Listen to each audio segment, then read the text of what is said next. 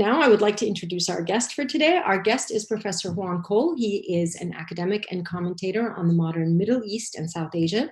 He is Richard P. Mitchell Collegiate Professor of History at the University of Michigan. He has written his blog, the Informed Content blog, since 2002. He's also the author of several books, including Engaging the Muslim World, and the book we're going to talk about extensively today, Muhammad, Prophet of Peace Amid the Clash of Empires. And he just informed me that his most recent book was just published, which is the translation of Rubaiyat Omar al-Khayyam. So I'm sure we'll ask a question about that as well. And without further ado, I'd like to introduce Professor Cole. Professor Cole, thank you so much for joining us tonight. I know it's a little late on your end over there, but we really appreciate having you with us and being able to have this conversation and talk about what's going on in Gaza, especially in these really difficult circumstances. It's very nice to be here. Professor, let's talk a little bit. Let's start off by talking about the health effects of the blockade in general. It's been about 14 years now, and so I want to get your thoughts on this, particularly the difficulties with specialized care, the food insecurities, and obviously the COVID-19 situation. Sure. Well, the health impacts of the blockade are mostly indirect. That is to say, there is no blockade on food or medicine per se. But the blockade has a severe economic impact. And the economic impact in turn then affects health. Access to medicine and healthcare, for instance, depends on money, which people don't have. The unemployment rate in Gaza before the global pandemic made its impact was already on the order of 40%. And so there are many families that really, don't have a breadwinner. As a result, when a family member gets sick, the question is then how to buy the medicine that they might need, how to pay for the health care they might need. A lot of Palestinians in Gaza are dependent on agencies, charities, the United Nations Relief and Works Agency, which the Trump administration has deeply cut. And so it's facing enormous shortfalls. The World Health Organization, which the Trump administration has also just cut, and so forth. So a lot of the aid, international aid agencies that Gaza depends on are themselves suffering severe financial setbacks. But those are often the only way that Palestinians in Gaza can get medicine and the health care they need. I also want to talk about the problem with food insecurity. This is something that concerns us at Kinder quite a bit, and this is why we have the programs that we have, and particularly the Ramadan programs. I mean, that's an issue that people in Gaza face every single day. Sure. Well, again, it's a knock-on effect to some large extent of the blockade. I should say that Israel placed a blockade on Gaza in 2007. At some points, it's been quite severe. It has been loosened in recent years, but it still does interfere with the importation of needed material for infrastructure, building, and equipment. And the Israelis say that the reason that they're doing this is that they want to deprive Hamas, which they consider a terrorist organization, of the ability to rebuild its own infrastructural capabilities. But the fact is, most people in Gaza are not Hamas. Most people in Gaza are children, in fact. They're too young to be in a political party. It's an amazingly young population. I believe the median age is 20. The median age in the United States is like 45. They're children, a lot of them, and when you interfere with basic materiel coming in, you're interfering with civilian lives, which is illegal. I mean, Israel now wants to deny that it is the occupying power in Gaza, but it is. Gaza has no airport, has no seaport. It has no way to get out except through Israeli or Egyptian uh, checkpoints. And Israel is recognized by the world community, by the United Nations, by the International Criminal Court, by all the players that matter in international law as the occupying power. And you're not allowed by the Geneva Conventions of 1949 to harm the civilian population of an occupied territory in order to go on fighting your war.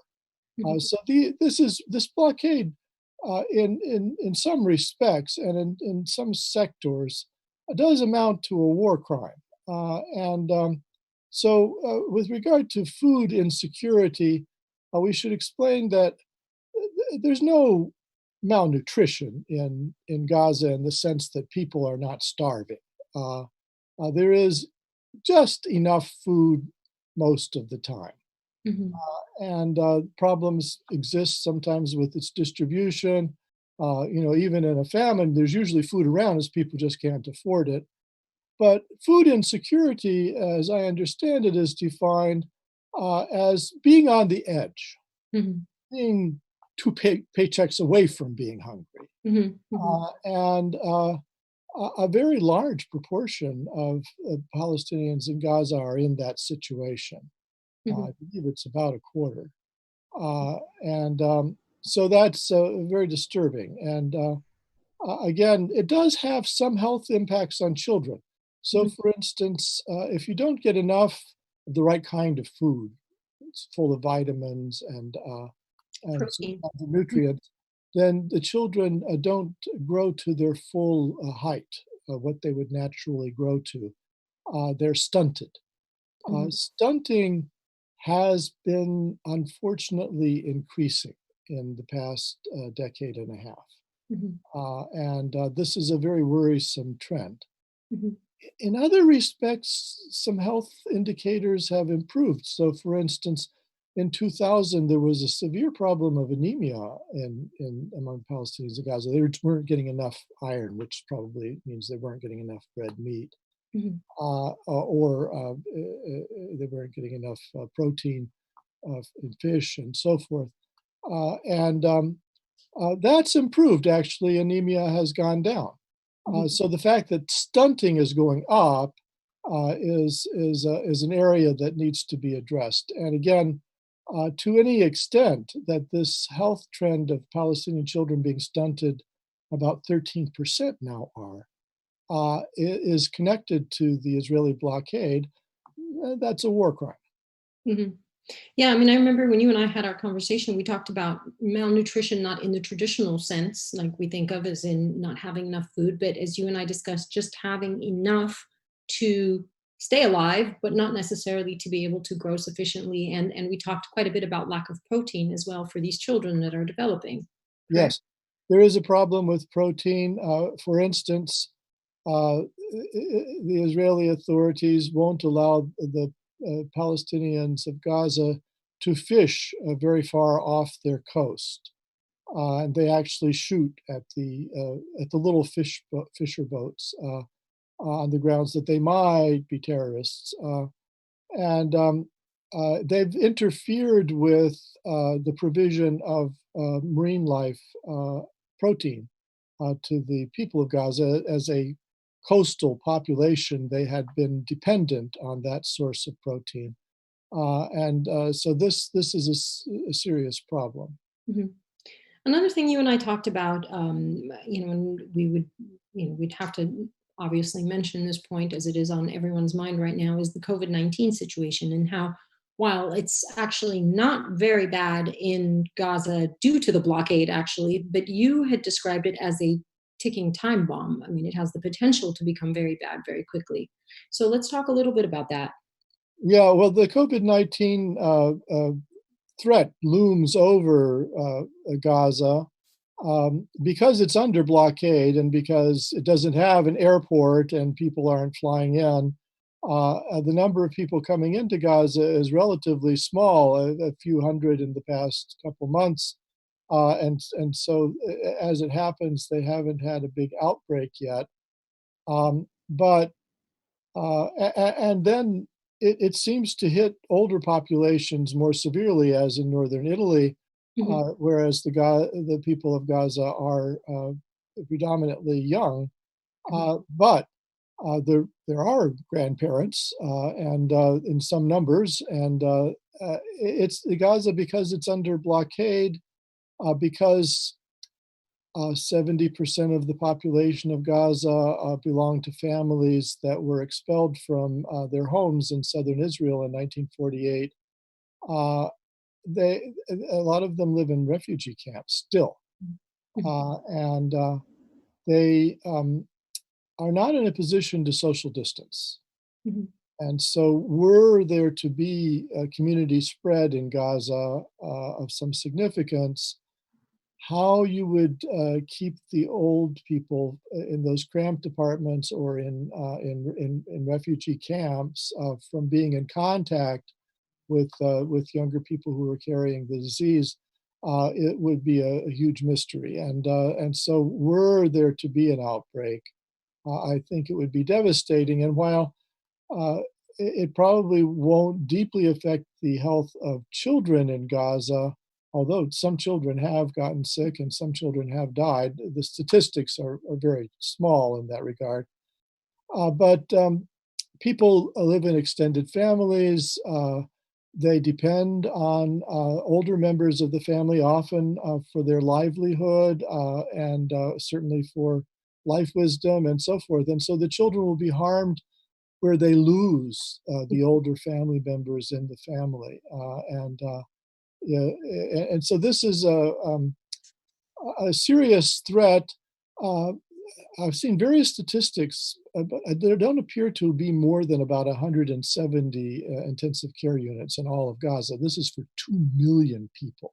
It's It's tiny, yeah. and it's partly because of the blockade. It's partly because of poverty, but and very few ventilators, so that I think the older people, if they get it and they get a severe case, they're probably just going to die at home in bed because there's actually those ICUs that do exist are being used by people with severe illnesses. So this is a nightmarish scenario, and one hopes that were there to be a big outbreak, that there might be some international cooperation, some pressure on Israel and Egypt to do the right thing Mhm. in getting in ventilators or allowing people to leave for treatment. Mhm. Well, let's hope it never comes to that. But if it does, let's hope that at least that happens. Some of the more ongoing problems, though, that I want to talk about is water quality, for example. You and I spoke about that. I mean, we talked about the example of Flint, Michigan, and how just in that small, relatively small area and limited situation, it created so much damage. Now, how's that the effect on Gaza with the quality of water over there? So, can we talk a little bit about that? And you also talked about it having a lot of different dimensions. Sure, water is an enormous problem. It's the main reason for which the United Nations in 2012 predicted that by 2020, this year, Gaza would be uninhabitable because they did not expect people to have potable water. The fact is, they don't. Something like a third of the water consumed by people in Gaza is not up to health standards and not considered potable. There are several problems here. One is that a lot of the water in Gaza comes from an aquifer. That aquifer is partly polluted, partly overextended, and so as it has dropped in volume, seawater has come in. And Mhm. so when people make their tea or coffee in Gaza, they talk about it tasting salty now. Yeah. And uh, there are people who in the winter, in February or something, you might get some rain, and so people put out barrels and so forth. But sewage is not good. Uh, the blockade has interfered with the provision of electricity in Gaza. People have electricity at most half the day. Water purification plants exist, but they need electricity to run. And Yes, so exactly.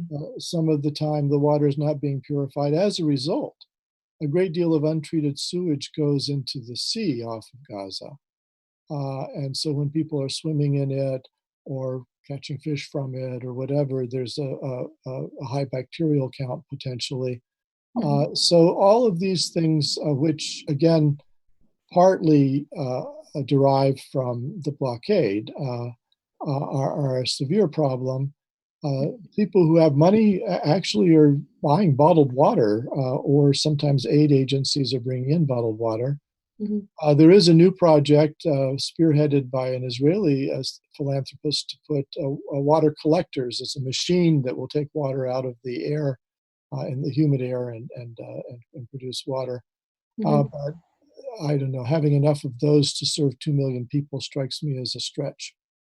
Mm-hmm. Yeah, I mean that's definitely a problem, and I think it's even a bigger problem on children, particularly once again, right? Oh, sure. Well, children are feeling the brunt of all of these policies. They need potable water, and you bring up children in this regard importantly because adults actually, deal fairly well with bacteria in their gastrointestinal system, and most it makes them uncomfortable and dehydrated. But toddlers die Yeah. from the same thing.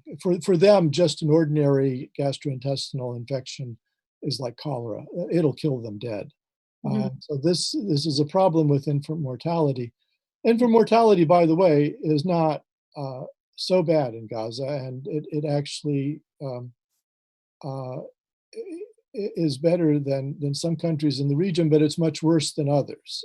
So it's a mixed story, and the statistics have improved slightly Mm-hmm. in the past 15 years, but you get a lot of bad water in Gaza, and obviously that statistic is going to go way up. Mm-hmm.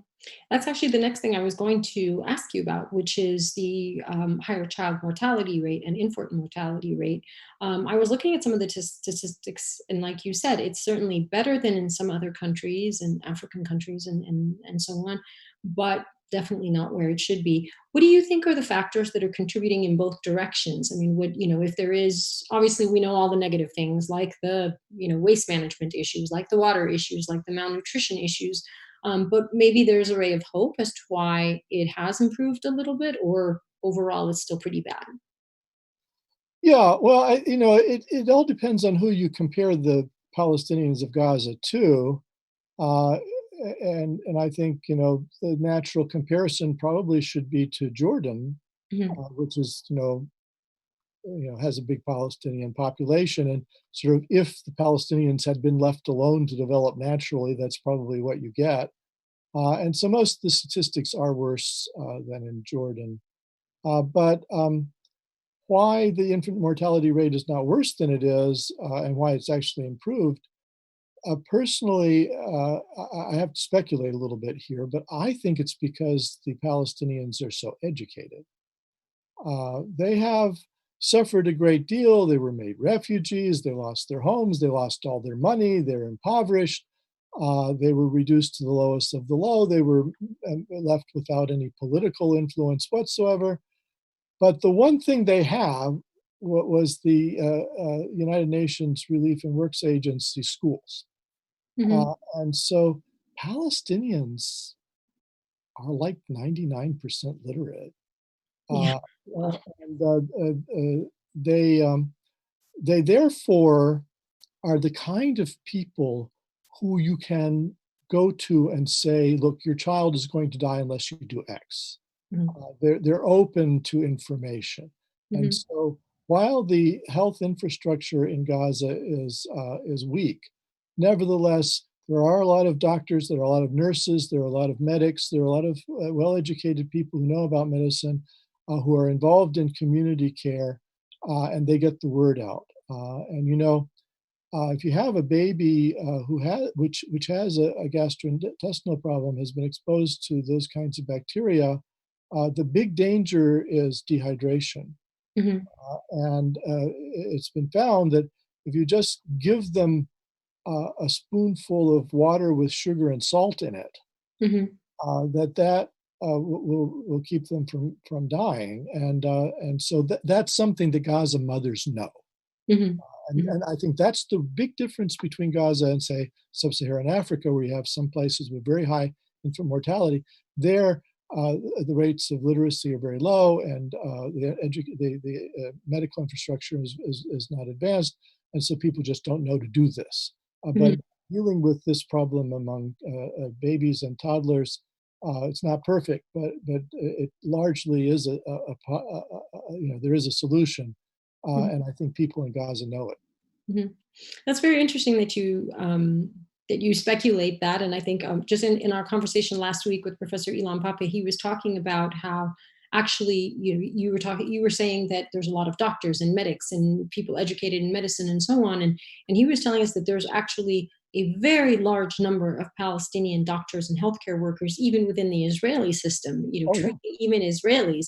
And so and I asked him why he thought that was the case. And he said, because of that, because Palestinians tend to be very resilient, very educated, very willing to, like any minority, willing to put in the work to do that. So I guess maybe a side benefit of that is also being able to have that kind of community care that you were talking about, where, even if you don't know something, there's somebody around you who will tell you, and to be able to, I guess, like we were saying, just a small ray of hope in being able to care for themselves. So yeah, thank you for that.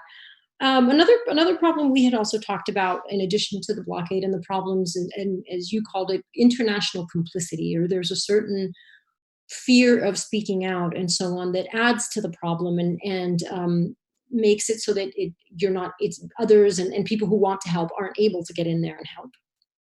Yes, I would say international cowardice. The situation in Gaza is not acceptable.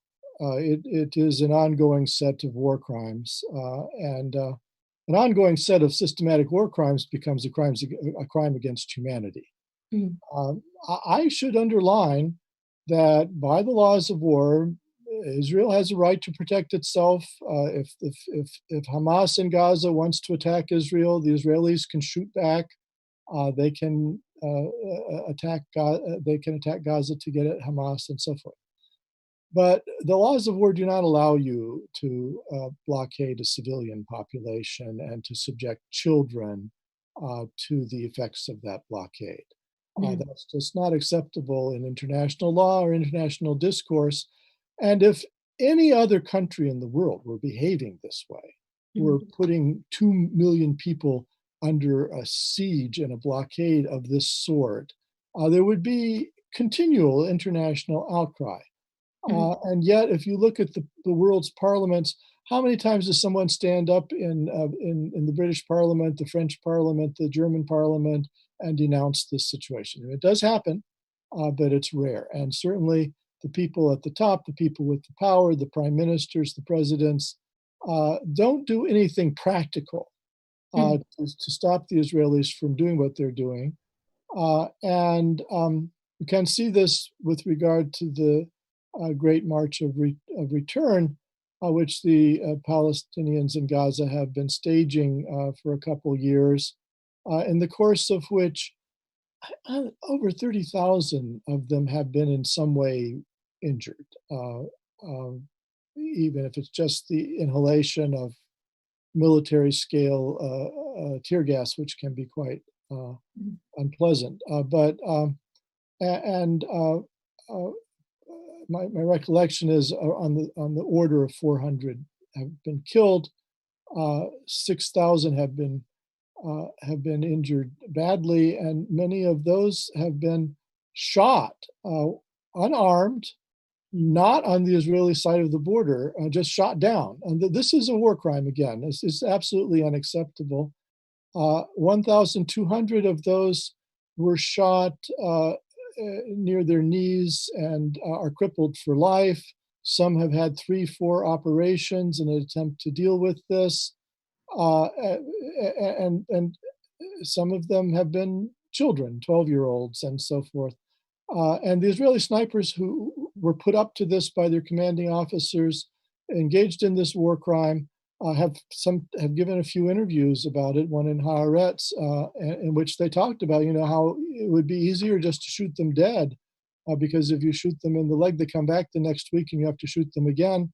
This is the kind of discourse they have. Well, this is completely unacceptable. It's a series of war crimes, and yet, although everybody knows the Israelis have been doing this, there has been no consequence for the Israeli government of this at all, from the governmental side, from the European Union, from the countries of Europe, from North America, and again, imagine if Iran wounded over 30,000 people and shot down innocents in these numbers. What kind of outcry? There would be every day a report on CNN about it. But there's something peculiar about the politics of it that, Gaza ends up being a silent victim, a hidden victim. I don't think the word Gaza gets mentioned in the international press or the international mass media and TV. Obviously, papers of record will sometimes report on it, but the vast majority of people, I think, have no idea in the West what's going on there. Mhm. No, I think you're absolutely right. And I think without that kind of awareness, it's hard to have real calls for action. Um, Anyway, I want to shift gears a little bit and talk about your book because I read a little bit, and I think one of the first points that struck me. First, I want to talk about the book about the Prophet Muhammad, alayhi salatu wasalam, which is you talk quite a bit about his experiences as an orphan child and being disadvantaged, even mocked, and so on, and how that affected him and his development, and then obviously his message at some point. So, can we talk about that? Or first, actually, no, before we talk about that, I just want to find out from you what were your thoughts or what was the impetus behind writing a book about the Prophet Muhammad? Oh.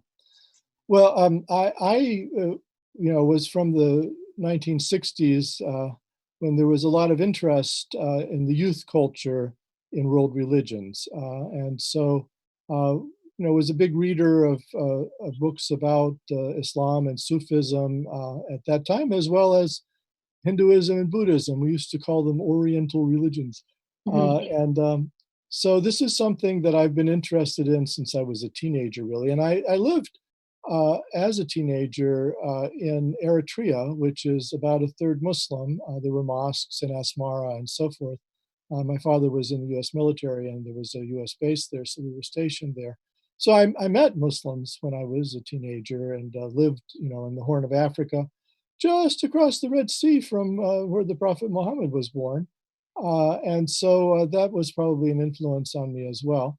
And then in my graduate work, I specialized in Islamic and Middle Eastern studies. So I did graduate seminars on things like the beginnings of Islam.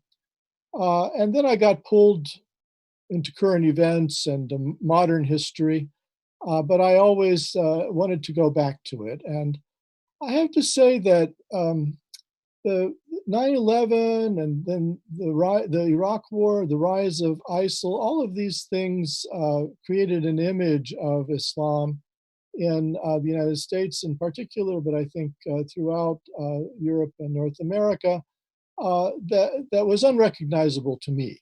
I Mhm. lived many years in the Middle East and know the languages and know the religion from the inside, and in some ways, and I was very disturbed by not only the Islamophobia and the discourse about Islam in the United States, which is mostly just ignorant, but also the way that ISIL, would quote half a Quran verse and Right. and make the religion a platform for brutality of an unimaginable sort. And so I felt like I had to go back to it. And The field had changed a great deal since I was trained in it, and one of the things that happened was that it began to be more realized that Islam grew up not in a vacuum, but in a what was called late antiquity, sort of the end of the Roman Empire, Mhm, the end of the Iranian Empire. And of course, mhm, the two were fighting a big war at that time. And so Islam looks different if you approach it from inner Arabia and kind of a very isolated Arabian point of view than if you think, well, gee, Prophet Muhammad was supposed to have been a merchant. He traveled up to Syria. Surely these great world events like a war between two empires raging all around his territory would have had an impact on how he saw the world, and so I tried to set it in that world. But certainly, with regard to care for children, uh, it's long been noticed that the earlier chapters of the Quran are extremely concerned with social welfare. mhm, And so the Quran upbraids, it castigates the wealthy of Mecca. Uh, mhm, it says that they're leading the easy life. They're glorying in their wealth, and they have a lot of sons, and they have a lot of gold, and so forth. But it says that that's not the steep path. The mhm, steep path is to take care of orphans, right, is to take care of vagrants. In other words, people who owe you nothing and who can't repay you. mhm, When you go out of your way to help them, that's the steep path. That's the path that gets you into heaven, is what the Quran says.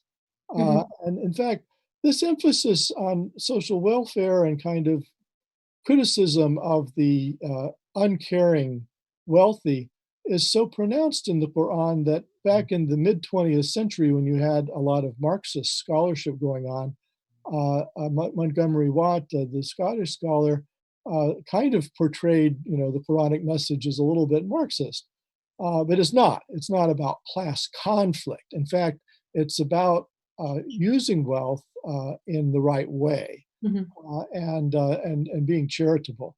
And being charitable to disadvantaged children is specifically mentioned in the Quran. mhm. Yeah, I mean, thank you. That's such a significant point, and a point that I find myself, frequently telling people who know very little about the Quran is how much charity and helping orphans and helping the disadvantaged is a part of the Quran. Now I want to turn to the point that you were talking about, which is you talk in the book quite a bit about how the Prophet Muhammad came of age in an era of unparalleled violence. He was surrounded by violence. I mean, there was the war, like you said, between the Roman Empire and the Sasanian Empire of Iran, and it was fought throughout the Near East and Asia Minor, and how it is important to be able to see the context in which he came of age and in which he started delivering the message. So I want to talk a little bit about that, about making sure to always look at it within the context of what was going on around him growing up. Yes, well, in my view, the Quran falls, has long been known to fall into two parts: the Meccan chapters, and then when the Prophet and his followers Medina. uh, were forced to leave Mecca and go to nearby Medina, you have the Medinan chapters. In the Meccan chapters, the Quran recommends really a kind of pacifism. It says, return good for evil. It says, people taunt you, say, peace be upon you. And so it discourages any kind of violent response to harassment and persecution. In the Medina period, once they went to this other city, they were open to being militarily attacked. And so the Quran changes its emphases um, towards what I consider to be a just war doctrine, which Mhm, is a war of self defense is sometimes necessary. Uh, it, it it's not an end in itself, and the Quran keeps saying, if the enemy comes to you and wants to make peace after having started hostilities, you are obliged to accept the entreaty to turn towards peace at that point, which nobody wants to hear, right? If somebody attacked you and you had to fight them off and you lost friends and relatives in the fight, and then having, fought them at least to a standstill, they come back to you and say, oh, no, Let's make peace. you might say, well, not on your life, we're going to fight this to the death. But the Quran says you can't do that. If they come to you and they want to make peace, at that point you have to accept. You have to accept the offer. Mhm. And so, what I argue is that actually, what the Quran has to say about war, which has been a scandal in Western thought for 1400 years, isn't substantially different than what Saint Augustine said about war. Mhm. In the Church Fathers there's a doctrine of just war. Mhm. And since they were living in an already Christian Roman Empire, they thought the army of the Roman Empire was a Christian army. And so the people like St. Augustine and Bishop Ambrose of Milan, they said things like, if you see weak and helpless people being attacked and you do nothing to fight off the attackers, you're as bad as the attackers. Mhm. You don't usually think about Christianity in those terms because Jesus said turn the other cheek and so forth, because Jesus didn't have a state behind Yeah. him. Whereas Ambrose and St. Augustine were representing a Christian Roman Empire. So I can't see really the difference, the way in which the Christian doctrines of just war of that period are any different from what's in the Quran. Mhm. And if anything, I think maybe the Quran is a little gentler sometimes than some of the church fathers. Mhm.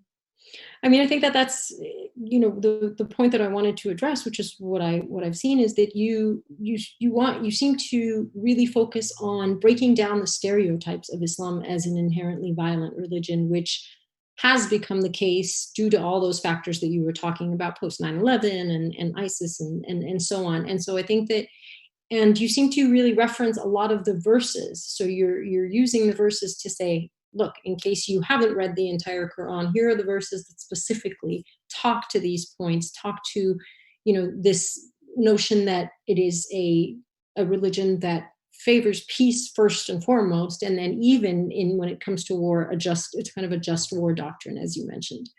Yes. Well, I even made an appendix to the book in which I listed all of the Quran verses having to do with peace Mhm. and conciliation and tolerance and so forth, just to make the point. And some of the reviewers of the book have said how helpful that was Mhm.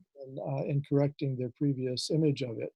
I Mhm. have to say, the Abbasid Empire was the period a couple hundred years after the Prophet Muhammad. Well, it began in 750, but developed till 1258. The Abbasid Empire often had a militant interpretation of the Quran and the life Mhm. of the Prophet, which has gone on to influence the way some Muslims see the religion.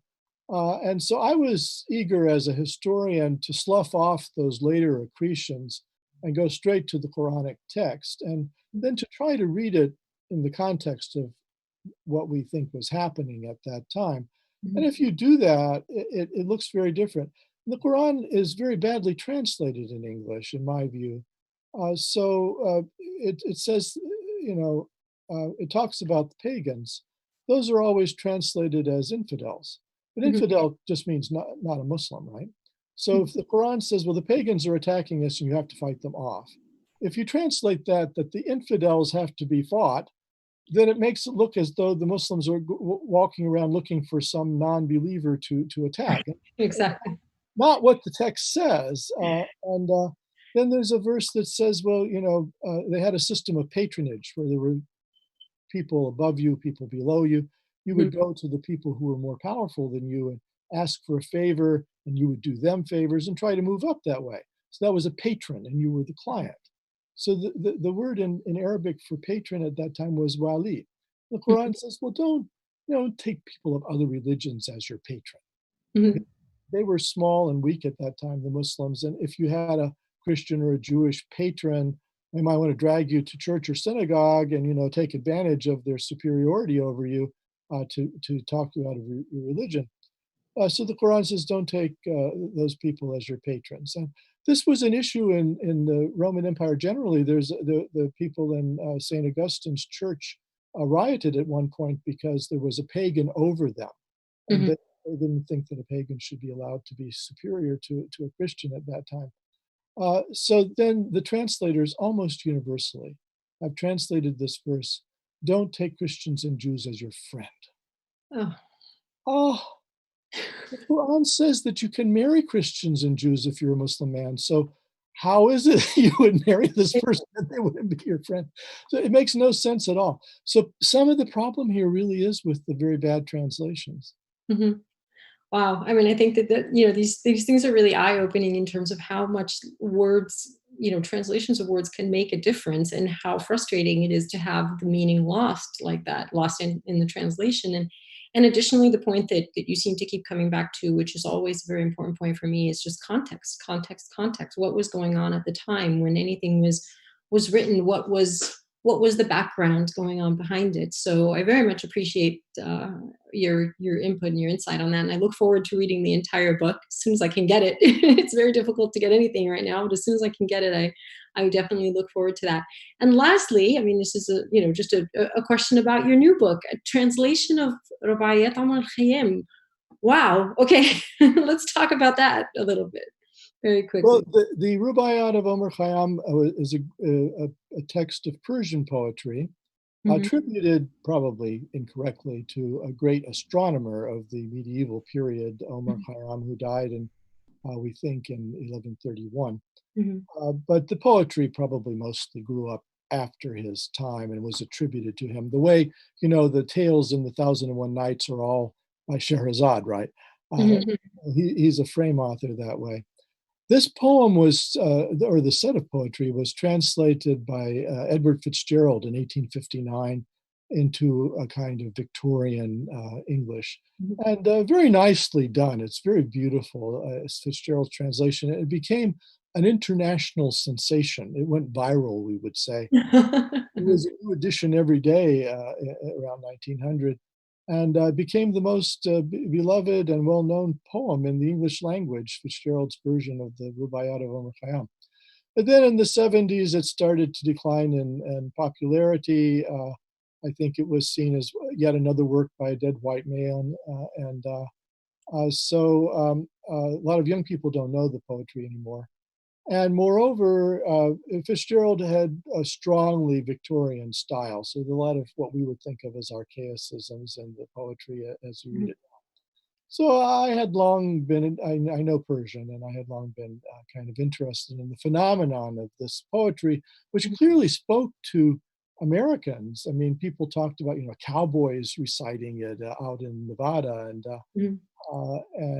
it just went everywhere. So I wanted to translate it into contemporary American verse. I was again from the '60s, so I was influenced by poets like Ginsberg and Ferlinghetti, and I hear a lot of them in the poetry. And it was popular, by the way, among the beats. Jack Mhm. Kerouac was crazy about the Rubaiyat of Omar Khayyam, Oh, and his character Saul Paradise and On the Road was based on Omar Khayyam. oh, So wow. this wove itself into American literature, American culture. But I wanted to do a contemporary version of it.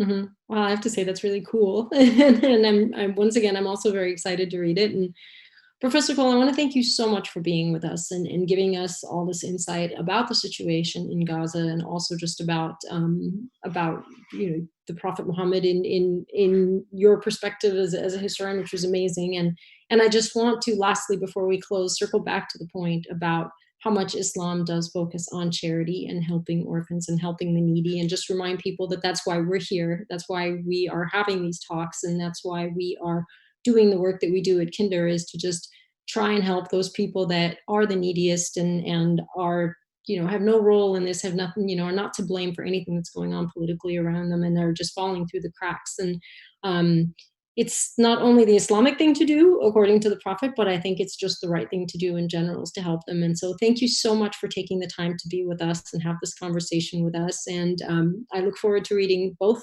your new books, and I hope everybody else does. I go out and read them. I'm sure we will all get amazing insight from them. So thank you so much for being with us. Thank you so much for having me, Maha. All the best. And let me encourage Jews and Christians also to give to Kinder USA. Thank you so much, Professor. Once again, everybody, before we go, I just want to remind you, we are doing this just to revive hope for the neediest children in Gaza and their families. And as I mentioned before, just a donation of $130 will feed them for the entire month of Ramadan. We talked quite a bit about the food insecurity and the lack of protein and the stunting of growth for these children. And so anything that you can do, any donation that you can make makes a huge difference in their life. So please consider giving whatever you can during this month of Ramadan to help them, to help these female heads of household, to help these small farmers, help them have a little bit of autonomy and be able to support their families. And yet, once again, we buy from them and use it for the food baskets to give to the neediest families. So please go to kinderusa.org, give your donations, whatever you can give makes a huge difference. Thank you so much. And next week we will be talking with Dr. Mads Gilbert, who will give us a very, very different perspective from the experiences he has. He was just in Gaza last February. And when I spoke to him this week, he has so much insight and so much interesting information to give us. So please register for our the next one of our speaker series, which will be next Saturday, same time. And if you miss any part of this, or if you just want to tell your friends about it, it will be on our page on Facebook and it will be on our YouTube as well. So please tune in again next week, watch it, tell your friends about it, and donate to revive hope for the children of Palestine. Thank you. We'll see you next time.